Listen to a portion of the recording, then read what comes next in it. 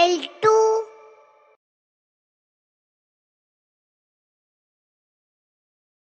പ്രിയപ്പെട്ട കുട്ടികളെ, ഫിസിക്സ് ക്ലാസ്സിലേക്ക് എല്ലാവർക്കും സ്വാഗതം. കഴിഞ്ഞ ക്ലാസ്സിൽ നിങ്ങൾക്ക് ഒരു അസൈൻമെൻറ്റ് നൽകിയിരുന്നു. 2 ഹീറ്ററുകളിലെ താപോർജ്ജം കമ്പയർ ചെയ്യുന്നതിന് വേണ്ടി ഉള്ള ഒരു അസൈൻമെൻ്റ് ആയിരുന്നു നൽകിയത്. നിങ്ങളെല്ലാവരും അത് ചെയ്തു കാണും എന്ന് വിശ്വസിക്കുന്നു. അതിൻ്റെ ശരിയായ ഉത്തരം ഇതാണ്. ഇവിടെ ഏത് ഹീറ്ററിലാണ് കൂടുതൽ ഹീറ്റ് എനർജി ഉണ്ടായിരിക്കുന്നത്? Correct, heater B. എന്തായിരിക്കും കാരണം? നമുക്ക് നോക്കാം. ഇവിടെ 2 ഹീറ്ററുകളിലും, ഹീറ്റർ എയിലും ഹീറ്റർ ബിയിലും നമ്മൾ നൽകിയത് 230 വോൾട്ട് പൊട്ടൻഷ്യൽ വ്യത്യാസമാണ്. 2 ഹീറ്ററും പ്രവർത്തിക്കുന്നത് തുല്യ സമയത്തേക്കാണ്, 5 മിനിറ്റ് സമയത്തേക്കാണ്. എന്നാൽ ഹീറ്റർ എയുടെ റെസിസ്റ്റൻസ് നിങ്ങൾക്കറിയാം, 1150 ഓം.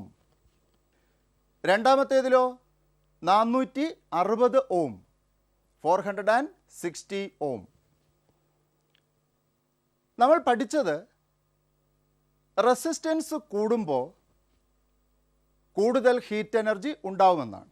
അങ്ങനെയല്ലേ? പിന്നെന്താ ഇവിടെ രണ്ടാമത്തെ ഹീറ്ററിൽ റെസിസ്റ്റൻസ് കുറവായിട്ടും ഹീറ്റ് എനർജി കൂടിയിരിക്കുന്നത്? ഹീറ്റർ എയിൽ 13,800 ജൂൾ ഹീറ്റ് എനർജി ഉണ്ടായിരിക്കുന്നു. ഹീറ്റർ ബിയിൽ 34,500 ജൂൾ ഹീറ്റ് എനർജി ഉണ്ടായിരിക്കുന്നു. അപ്പോൾ നമ്മളിവിടെ കണ്ടത് എന്താണ്? റെസിസ്റ്റൻസ് കുറഞ്ഞ ഹീറ്ററിൽ കൂടുതൽ ഹീറ്റ് എനർജി ഉണ്ടായിരിക്കും. എന്തുകൊണ്ടായിരിക്കും? നമുക്ക് 2 ഹീറ്ററിലെയും കറണ്ട് ഒന്ന് മെഷർ ചെയ്ത് നോക്കാം. According to Ohm's law, I is equal to V by R. What is current in first heater A? V is equal to 230 volt. R is equal to 1150 ohm. That is equal to 230 volt divided by 1150 ohm is equal to 0.2 ampere. Then what about second heater? V is equal to IR, I is equal to V by R.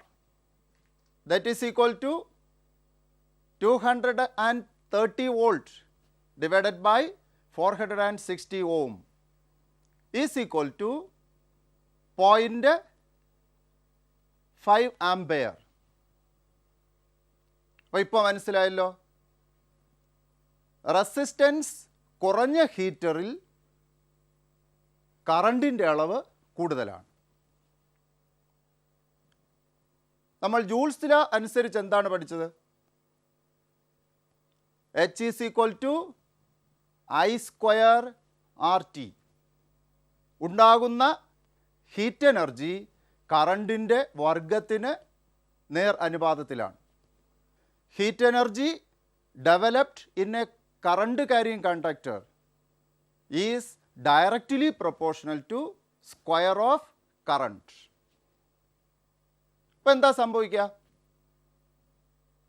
കറണ്ടിൽ ഉണ്ടാകുന്ന ചെറിയ വർധനവ് കൂടുതൽ heat energy generate ചെയ്യുന്നതിന് കാരണമായി തീരും. അപ്പോൾ ഇപ്പോൾ നിങ്ങൾക്ക് മനസ്സിലായോ എന്തുകൊണ്ടാണ് രണ്ടാമത്തെ ഹീറ്റർ ബിയിൽ കൂടുതൽ ഹീറ്റ് എനർജി ജനറേറ്റ് ചെയ്യപ്പെട്ടതെന്ന്? ഇവിടെ ഒരു കാര്യം നമ്മൾ മനസ്സിലാക്കേണ്ടതുണ്ട്. H is equal to I square RT. ഈ ഇക്വേഷൻ അനുസരിച്ച് കറണ്ടും ടൈമും സ്ഥിരമാണെങ്കിൽ ഉണ്ടാകുന്ന ഹീറ്റ് എനർജി റെസിസ്റ്റൻസിന് ആനുപാതികമായിരിക്കും. ഒറ്റ കണ്ടീഷൻ നിങ്ങൾ എപ്പോഴും ഓർമ്മിച്ച് വെക്കണം. ക്ലിയർ അല്ലേ? അപ്പോൾ നമ്മൾ എന്താ പഠിച്ചത്? ഒരു സർക്യൂട്ടിലൂടെ അല്ലെങ്കിൽ ഒരു ഇലക്ട്രിക് അപ്ലയൻസിലൂടെ നമുക്ക് കറണ്ടും വോൾട്ടതയും വ്യത്യാസപ്പെടുത്തി നൽകേണ്ടതുണ്ട് അവയുടെ സുഗമമായ പ്രവർത്തനത്തിന്. അതിന് നമ്മൾ പലതരത്തിലുള്ള പ്രതിരോധകങ്ങൾ, റെസിസ്റ്റേഴ്സാണ് ഉപയോഗിക്കുന്നത്. നമ്മുടെ ഇലക്ട്രിക് അപ്ലയൻസസിൽ കറണ്ടും പൊട്ടൻഷ്യൽ ഡിഫറൻസും റെഗുലേറ്റ് ചെയ്യപ്പെടേണ്ടതുണ്ട്. അതിനായി നമ്മൾ റെസിസ്റ്റേഴ്സാണ് ഉപയോഗിക്കുക. ഇതുപോലുള്ള ഇലക്ട്രോണിക് ബോർഡുകൾ നിങ്ങൾ കണ്ടിട്ടുണ്ടല്ലോ. ഈ ഇലക്ട്രോണിക് ബോർഡിൽ ഈ കാണുന്ന ഈ ഉപകരണം ഒന്ന് ശ്രദ്ധിക്കൂ. കണ്ടോ? പലതരത്തിലുള്ള കളേർഡ് ബാൻഡ്സ് ഇതിന് പുറത്ത് കാണുന്നില്ലേ? ഈ ഉപകരണത്തെയാണ് നമ്മൾ റെസിസ്റ്റർ എന്ന് പറയുന്നത്. ഈ ഓരോ കളേർഡ് ബാൻഡിനും ഓരോ വിലയുണ്ട്. ഇതിനെ കളർ കോഡിംഗ് എന്നാണ് പറയുക. ഈ കളർ കോഡിംഗ് എങ്ങനെ നമ്മൾ ഡീകോഡ് ചെയ്യും, എങ്ങനെയാണ് ഈ ഉപകരണത്തിൻ്റെ റെസിസ്റ്റൻസ് കണക്കാക്കുന്നത് എന്നുള്ള കാര്യം ഉയർന്ന ക്ലാസ്സിൽ നമുക്ക് പഠിക്കാവുന്നതാണ്. അപ്പോൾ ഈ റെസിസ്റ്റർ, എൻ്റെ കയ്യിൽ ഒരു റെസിസ്റ്റർ ഉണ്ട്. ഈ റെസിസ്റ്റർ നമ്മൾ ഇലക്ട്രോണിക് ബോർഡുകളിൽ സോൾഡർ ചെയ്താണ്, ഇതുപോലെ സോൾഡർ ചെയ്താണ് ഉറപ്പിക്കുന്നത്. അത് നോക്കാം. ഇതുപോലെ രണ്ട് അഗ്രങ്ങളും സോൾഡർ ചെയ്താണ് ഇതിങ്ങനെ ഉറപ്പിക്കുന്നത്. ഈ റെസിസ്റ്റേഴ്സ് ഒറ്റയ്ക്കും ഗ്രൂപ്പായും നമ്മൾ ഇലക്ട്രോണിക് സർക്യൂട്ടുകളിൽ ഉപയോഗിക്കാറുണ്ട്. സാധാരണയായി രണ്ട് രീതികളാണ് നമ്മൾ ഉപയോഗിക്കുന്നത്. ഒന്നാമത്തേത് സീരീസ് മെത്തേഡ്, ശ്രേണി രീതി. രണ്ടാമത്തേത് പാരലൽ മെത്തേഡ്, സമാന്തര രീതി. അപ്പോൾ എങ്ങനെയാണ് ശ്രേണി രീതിയിൽ റെസിസ്റ്റേഴ്സ് കണക്ട് ചെയ്യുന്നത് നമുക്കൊന്ന് നോക്കാം. ഇത് കണ്ടല്ലോ, ഈ റെസിസ്റ്ററിന് രണ്ട് ടെർമിനൽസ് ഉണ്ട്. ഈ കാണുന്നത് രണ്ട് എൻഡ്സ്. ഇതിൽ ഒന്നിൻ്റെ എൻഡിൽ രണ്ടാമത്തത് ഇങ്ങനെ കണക്ട് ചെയ്യുകയാണ്. രണ്ടാമത്തെ എൻ്റെ ഒരു അഗ്രം ഇതുപോലെ ബന്ധിപ്പിക്കുക. കണ്ടോ? എല്ലാവരും ശ്രദ്ധിച്ചല്ലോ. ഒന്നിൻ്റെ എൻഡിൽ രണ്ടാമത്തേത് ഇങ്ങനെ കണക്ട് ചെയ്യുന്നു. അപ്പോൾ ഇവിടെ ഇത് എൻഡ് ടു എൻഡ് കണക്ഷൻ, ഒരു നൂലിൽ നമ്മൾ മാലമുത്ത് കോർക്കും പോലെ. അടുത്ത് വീണ്ടും മൂന്നാമത്തേത് ഇതുമായിട്ട് ഞാൻ സീരീസ് ആയിട്ട് കണക്ട് ചെയ്യുകയാണ്, ശ്രേണി രീതിയിൽ കണക്ട് ചെയ്യുകയാണ്. ഇതുപോലെ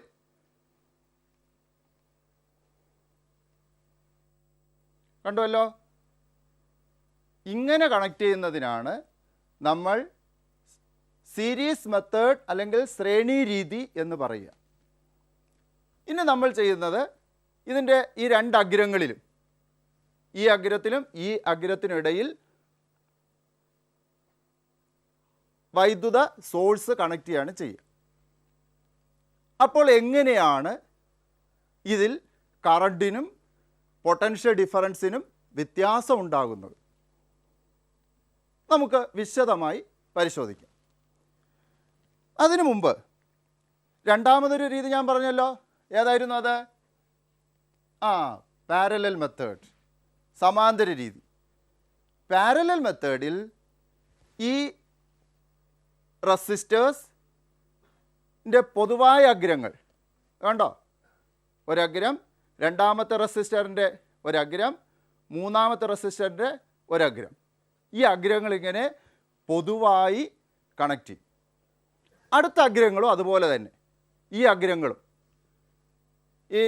അഗ്രങ്ങളും ഇതുപോലെ പൊതുവായി കണക്ട് ചെയ്യും. അപ്പോൾ ഈ രീതിയിൽ റെസിസ്റ്റേഴ്സ് കണക്ട് ചെയ്യുന്നതിനാണ് നമ്മൾ എന്ത് പറയുക? പാരലൽ മെത്തേഡ് ഓർ സമാന്തര രീതി. ഇവിടെയും ഒരു വൈദ്യുത സോഴ്സ് ഈ രണ്ട് അഗ്രങ്ങൾക്കിടയിലായി, പൊതുവായ അഗ്രങ്ങൾക്കിടയിലായി കണക്ട് ചെയ്യുമ്പോൾ ഇതിലൂടെയുള്ള പൊട്ടൻഷ്യൽ വ്യത്യാസം എങ്ങനെയായിരിക്കും, ഓരോന്നിലൂടെയുള്ള കറണ്ട് എങ്ങനെയായിരിക്കും തുടങ്ങിയ കാര്യങ്ങൾ നമുക്ക് വിശദമായി പരിശോധിക്കാം.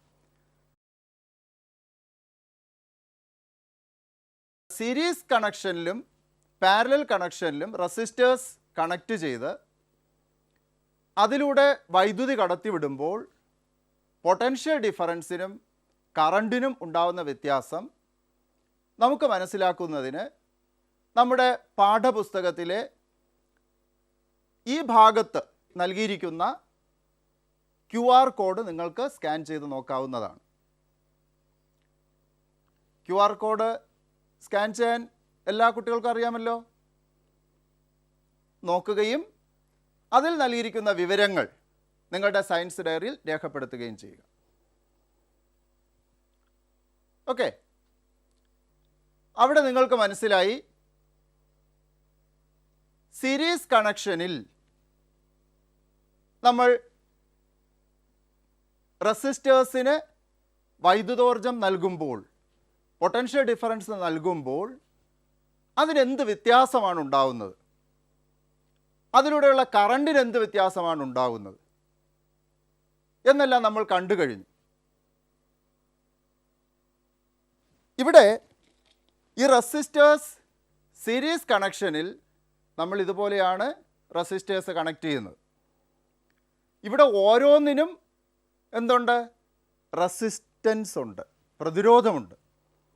അപ്പോൾ നമ്മളൊരു സെല്ല് കണക്ട് ചെയ്യുന്ന സമയത്ത് ഇതിലൂടെയുള്ള വൈദ്യുത പ്രവാഹത്തിന്, കറണ്ടിന് ഓരോ പ്രതിരോധവും ഓരോ റെസിസ്റ്ററും തടസ്സം ഉണ്ടാക്കും. അപ്പോൾ ഇവിടെ ഈ അഗ്രത്തിലൂടെ പ്രവേശിക്കുന്ന വൈദ്യുതിക്ക് ഇവിടെ എത്തുമ്പോൾ തടസ്സം ഉണ്ടാകുന്നു, ഇവിടെ എത്തുമ്പോൾ തടസ്സം ഉണ്ടാകുന്നു, ഇവിടെ എത്തുമ്പോഴും തടസ്സം ഉണ്ടാകും.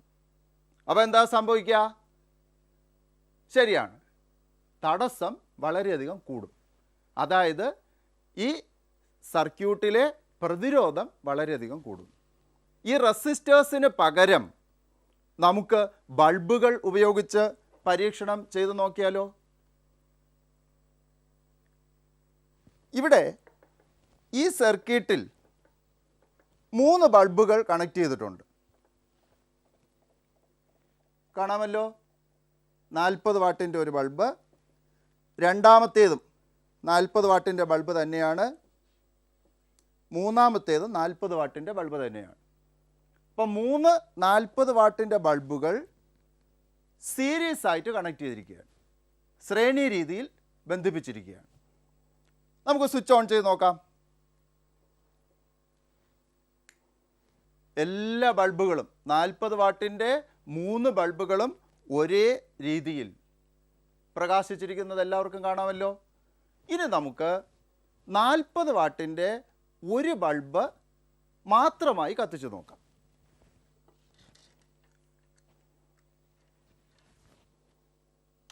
കണ്ടോ, എന്ത് വ്യത്യാസമാണ് കാണുന്നത്?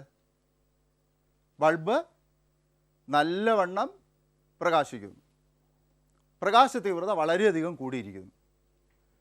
എന്താണ് കാരണം?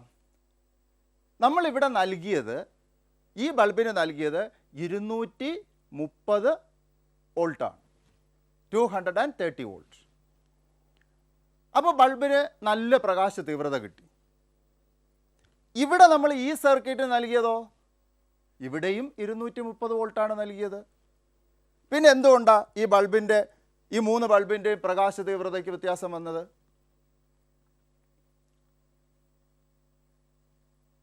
സീരീസ് കണക്ഷൻ ആയതുകൊണ്ടാണോ? ഉത്തരം ശരിയാണ്. പക്ഷെ എന്തായിരിക്കും പ്രകാശ തീവ്രതയ്ക്ക് വ്യത്യാസം വരാൻ കാരണം?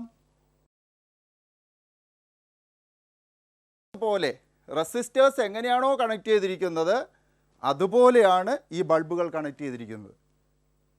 കറണ്ട് പ്രവഹിക്കുമ്പോൾ ഓരോ ബൾബും തടസ്സം ഉണ്ടാക്കുന്നു, റെസിസ്റ്റൻസ് ഓഫർ ചെയ്യുന്നു. അന്നേരം എന്താ സംഭവിക്കുക? ഇവിടെ എത്തുമ്പോൾ റെസിസ്റ്റൻസ് ഉണ്ട്, ഇതിലെത്തുമ്പോൾ റെസിസ്റ്റൻസ് ഉണ്ട്, ഇതിലെത്തുമ്പോൾ റെസിസ്റ്റൻസ് ഉണ്ട്. ഇവിടെ റെസിസ്റ്റൻസ് ഉണ്ടാക്കുന്നത് ആരാ? ഈ ബൾബിൻ്റെ ഫിലമെൻറ്റുകൾ. ഈ ബൾബിൻ്റെ ഫിലമെൻറ്റുകളാണ്, ടങ്സ്റ്റൺ കൊണ്ട് നിർമ്മിച്ച ബൾബിൻ്റെ ഫിലമെൻറ്റുകളാണ് ഇവിടെ റെസിസ്റ്റേഴ്സായിട്ട് പ്രവർത്തിക്കുന്നത്. അപ്പോൾ ഇവിടെ തടസ്സമുണ്ട്, ഇവിടെ വരുമ്പോൾ തടസ്സമുണ്ട്, അപ്പോൾ തടസ്സം കൂടി. ഇവിടെ വന്നപ്പോഴോ മൂന്നാമത്തേലും തടസ്സമുണ്ട്, അപ്പോൾ തടസ്സം പിന്നെയും കൂടി. അപ്പോൾ ആകെ തടസ്സം കൂടി, ആകെ റെസിസ്റ്റൻസ് കൂടി. അപ്പോൾ എന്താ സംഭവിക്കുക? സർക്യൂട്ടിലെ ആകെ റെസിസ്റ്റൻസ് കൂടിയാൽ എന്ത് സംഭവിക്കും? കറണ്ട് കുറയും, ശരിയല്ലേ? പക്ഷെ ആ കറണ്ട് എല്ലാ ബൾബിലൂടെയും എല്ലാ റെസിസ്റ്റേഴ്സിലൂടെയും ഒരുപോലെ ആയിരിക്കും. ആ കുറഞ്ഞ കറണ്ട് എല്ലാത്തിലൂടെയും ഒരുപോലെ ആയിരിക്കും. അപ്പോൾ എന്താ മനസ്സിലായത്? ഒരു സർക്യൂട്ടിൽ റെസിസ്റ്റേഴ്സ് സീരീസ് ആയിട്ട് കണക്ട് ചെയ്താൽ effective resistance increases, current decreases. That current is same through all bulbs or resistors. Clear ആയോ? ഓക്കെ. ഇനി നമുക്ക് വ്യത്യസ്ത പവറുള്ള ബൾബുകൾ ഉപയോഗിച്ച് ഈ പരീക്ഷണം ഒന്ന് ആവർത്തിച്ചാലോ? ഇവിടെ ഒന്നാമത്തെ ബൾബിൻ്റെ പവർ 40 വാട്ട്, രണ്ടാമത്തെ ബൾബ് ഞാൻ 60 വാട്ട് ആക്കുകയാണ്, മൂന്നാമത്തെ ബൾബ് 100 വാട്ടും. കാണാമല്ലോ, 100 വാട്ട്. ഇനി ഇതൊന്ന് നമുക്ക് പ്രകാശിപ്പിച്ച് നോക്കാം. കണ്ടോ എന്ത് വ്യത്യാസമാണ് കാണുന്നത്? ഒന്നാമത്തെ ബൾബ് നല്ലവണ്ണം പ്രകാശിക്കുന്നു. ഈ മറ്റ് രണ്ട് ബൾബുകളെ അപേക്ഷിച്ച് കൂടുതൽ പ്രകാശം തരുന്നത് ഒന്നാമത്തെ ബൾബ്. എന്ന് പറഞ്ഞാലോ 40 വാട്ടിൻ്റെ ബൾബ്. രണ്ടാമത്തെ ബൾബോ കുറഞ്ഞ പ്രകാശമാണ് തരിക. എത്രയാണ്? ഇത് 60 വാട്ടിൻ്റെ ബൾബാണ്. 60 വാട്ടിൻ്റെ ബൾബ് 40 വാട്ടിനേക്കാൾ കുറഞ്ഞ പ്രകാശം തരുന്നു. ഇവിടെ നോക്കൂ, ഇത് 100 വാട്ടിൻ്റെ ബൾബാണ്. ഇതിൻ്റെ ഫിലമെൻ്റ് ചെറിയ തോതിൽ കത്തുന്നതേ ഉള്ളൂ, റെഡ് ഹോട്ട് ആകുന്നതേ ഉള്ളൂ. എന്തായിരിക്കാം ഇതിന് കാരണം? ഇവിടെ പവർ കുറഞ്ഞ ബൾബ്, ഇത് പവർ കൂടിയ ബൾബ്. പവർ കുറഞ്ഞ ബൾബിന് റെസിസ്റ്റൻസ് കൂടുതലാണ്, പവർ കൂടിയ ബൾബിനോ റെസിസ്റ്റൻസ് കുറവും. അപ്പോൾ ഈ 3 ബൾബുകളിൽ 40 വാട്ട്, 60 വാട്ട്, 100 വാട്ട്, ഈ 3 ബൾബുകളിലും റെസിസ്റ്റൻസ് ഏറ്റവും കൂടുതൽ 40 വാട്ടിനും റെസിസ്റ്റൻസ് ഏറ്റവും കുറവ് ഏതിനാണ്? 100 വാട്ട് ബൾബിനും. നമ്മൾ നൽകുന്നത് എത്ര വോൾട്ടേജ് ആണ്? ഈ സർക്യൂട്ട് നൽകിയ വോൾട്ടേജ് 230. നേരത്തെ പഠിച്ചു, കറണ്ട് എല്ലാ ബൾബിലൂടെയും ഒരുപോലെയാണ്. കറണ്ട് എല്ലാ ബൾബിലൂടെയും ഒരുപോലെ. പൊട്ടൻഷ്യൽ നൽകുന്നത് 230 വോൾട്ട്. അപ്പോൾ എന്താ സംഭവിക്കുക? ഇവിടെ V = IR, ഓം നിയമം അനുസരിച്ച് നമ്മൾ പഠിച്ചിട്ടുണ്ട്.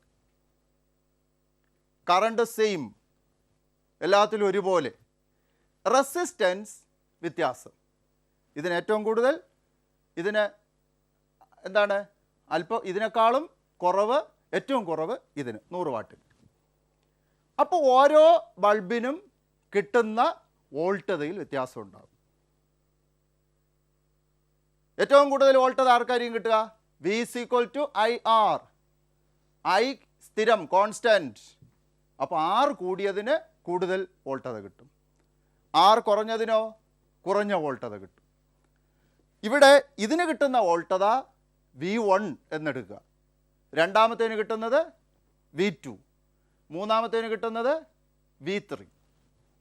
അപ്പോൾ ആകെ വോൾട്ടത, effective potential difference V is equal to V1, potential difference across first resistor, first bulb V1 plus potential difference across second bulb V2 plus potential difference across third bulb V3. അപ്പോൾ effective potential difference V is equal to V1 plus V2 plus V3. By Ohm's law, V is equal to IR. V is equal to IR. Well, then what is V1? V1 is equal to I into R1. What is V2? V2 is equal to I into R2. What is V3? V3 is equal to I into R3. Current is same, I. Therefore, V is equal to IR1 plus IR2 plus IR3. If R is the effective resistance and V is the effective potential difference of the circuit, then IR is equal to IR1 plus IR2 plus IR3. I is common, നമുക്ക് I പൊതുവായിട്ട് എടുക്കാം. അപ്പോൾ equal സൈനിൻ്റെ left സൈഡിലും right സൈഡിലുള്ള I cancel ആവും. R is equal to R1 plus R2 plus R3. ഇപ്പോൾ എന്ത് മനസ്സിലായി? When resistors are connected in series, effective resistance is equal to sum of individual resistances. Resistors ശ്രേണി രീതിയിൽ ബന്ധിപ്പിക്കുമ്പോൾ ആ സർക്യൂട്ടിൻ്റെ സഫല പ്രതിരോധം, ഇഫക്റ്റീവ് റെസിസ്റ്റൻസ് എന്ന് പറയുന്നത് ഓരോ റെസിസ്റ്ററുകളുടെയും റെസിസ്റ്റൻസ് കൂട്ടിയെടുക്കുന്നതിന് തുല്യമായിരിക്കും. For example,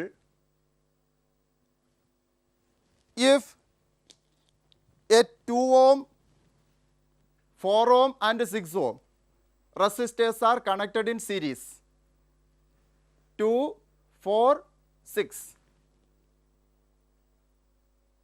What is the effective resistance?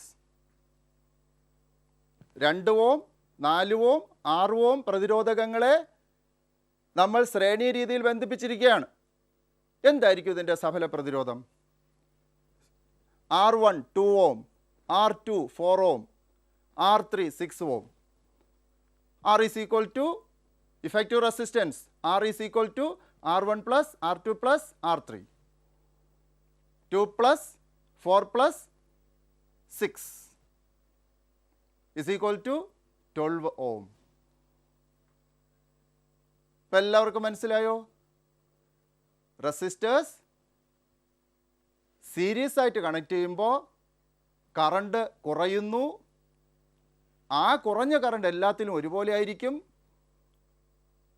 സർക്യൂട്ടിൻ്റെ resistance വളരെയധികം കൂടുന്നു.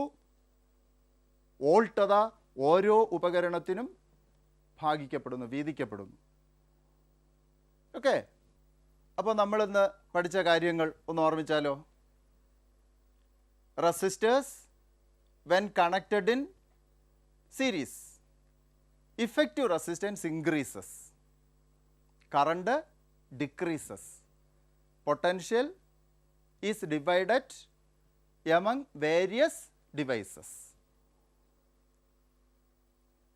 Resistors ശ്രേണി രീതിയിൽ ബന്ധിപ്പിക്കുമ്പോൾ ആ സർക്യൂട്ടിലെ സഫല പ്രതിരോധം കൂടുന്നു, കറണ്ട് കുറയുന്നു. ആ കറണ്ട് എല്ലാ റെസിസ്റ്റേഴ്സിലും ഒരുപോലെ ആയിരിക്കും. നൽകുന്ന വോൾട്ടത, പൊട്ടൻഷ്യൽ ഡിഫറൻസ് വിവിധ ഉപകരണങ്ങൾക്കിടയിൽ അവയുടെ റെസിസ്റ്റൻസിനനുസരിച്ച് വിഭജിക്കപ്പെടുന്നു. ആകെ പൊട്ടൻഷ്യൽ ഡിഫറൻസ് എന്ന് പറയുന്നത് ഓരോന്നിനും ലഭിച്ച പൊട്ടൻഷ്യൽ ഡിഫറൻസിൻ്റെ തുകയായിരിക്കും. നമുക്കിനി ഇതുമായി ബന്ധപ്പെട്ട ചില മാത്തമെറ്റിക്കൽ പ്രോബ്ലംസ് ചെയ്ത് നോക്കിയാലോ? അത് നിങ്ങൾക്ക് അസൈൻമെൻറ്റായി നൽകുന്നതാണ്. എല്ലാ പേരും ഇന്ന് തന്നെ ഇത് ചെയ്തു നോക്കണം. ഓക്കെ, ഒന്നാമത്തെ മാത്തമെറ്റിക്കൽ പ്രോബ്ലം ഇതാണ്. 4 ഓം 2 ഓം പ്രതിരോധകങ്ങളെ ശ്രേണിയായി ബന്ധിപ്പിച്ച് അവയുടെ അഗ്രങ്ങൾക്കിടയിൽ 6 വോൾട്ട് പൊട്ടൻഷ്യൽ വ്യത്യാസം നൽകിയാൽ കറണ്ട് എത്ര? What is the current if 4 ohm and 2 ohm resistors are connected in series and 6 volt potential difference is applied? നമുക്ക് അടുത്ത ക്ലാസ്സിൽ റെസിസ്റ്റേഴ്സ് പാരലൽ ആയി കണക്ട് ചെയ്താൽ കറണ്ടിനും പൊട്ടൻഷ്യൽ ഡിഫറൻസിനും ഉണ്ടാകുന്ന വ്യത്യാസം എങ്ങനെയാണെന്ന് വിശദമായി പഠിക്കാം. എല്ലാ പേരും നല്ലവണ്ണം പഠിച്ചു തുടങ്ങുക. നമ്മൾ ഒന്നാമത്തെ യൂണിറ്റിലാണ് നിൽക്കുന്നത്. സ്കൂൾ തുറക്കാൻ ആരും കാത്തു നിൽക്കേണ്ട, ഇപ്പോൾ തന്നെ പഠിച്ചു തുടങ്ങുക. Well begun is half done.